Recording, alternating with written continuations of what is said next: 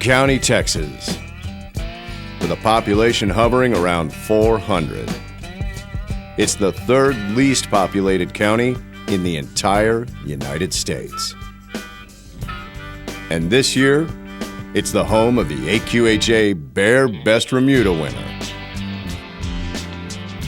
Since 1992, AQHA and Bear have presented the Best Remuda Award. It honors the contributions ranch horses have made to the heritage of the American quarter horse. Located between the West Texas towns of Guthrie and Benjamin, this year's winner is Moorhouse Ranch Company. Owned and operated by Tom, wife Becky, and son Gage. Moorhouse Ranch was purchased by Tom's grandfather back in 1920. And it's where Tom, along with his three brothers, were born and raised.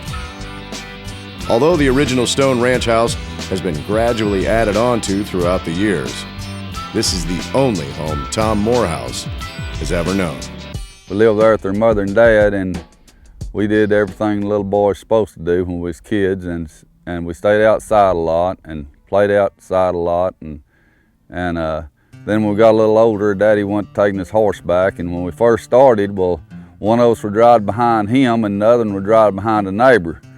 And the two older boys, they ride their own horses, but I was one of the younger ones, so we had to ride behind our daddy and the neighbor. And I remember they'd split up, we'd be working a pasture, and we'd get back together, and my little brother would lean over and says, "Did you get to lope any?" Because that was a big deal if we got to lope a little. Raised by Father Togo Moorhouse and Mom Lucille, this family has ranching in their blood, close-knit as well. Before they built the bunkhouse, all four boys shared a single room. Until 2000, all four brothers operated Moorhouse Ranch Company. Nowadays, all the brothers have a stake in the ranch, but as owner and manager, Tom leases from his three brothers. Currently, Ed, the oldest, sells real estate. Brother John ranches near Seymour, and Bob Moorhouse is the retired general manager of nearby Pitchfork Ranch. Tom's wife, Becky, was born into the ranch life as well. She grew up in Vernon, Texas, on the historic Wagner Ranch. It's real peaceful out here, and I grew up in the ranch environment. I love being around the animals and to just ride and see the cattle and the grass growing. It's just near nature, and it's a wonderful way to live and a good place to raise a family. Well, ranching back then was, of course, we didn't have all the modern technology that we have now, and we did things more like they were did back in the 50s, and we still had screw worms. We had to do a lot of doctoring screw worms, and all summer that was a job, is prowling for screw worms and doctoring them. And then we all ran Hereford cattle back then. We didn't run black cattle. Hereford was king of the cattle, and a black cow was almost unheard of.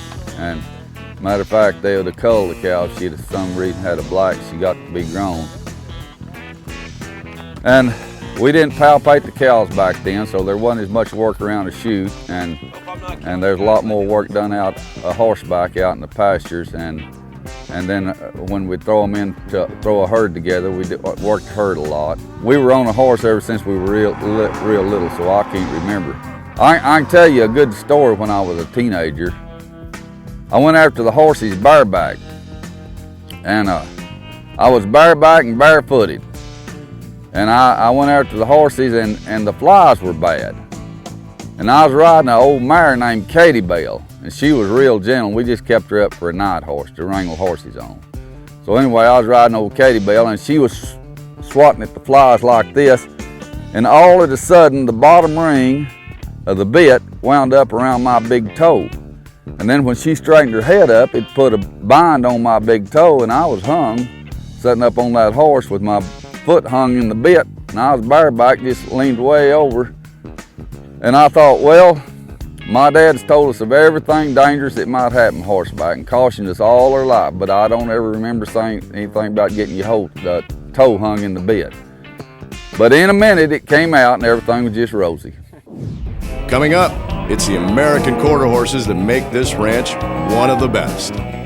We'll take a look at one of their prize stallions, and we'll go on a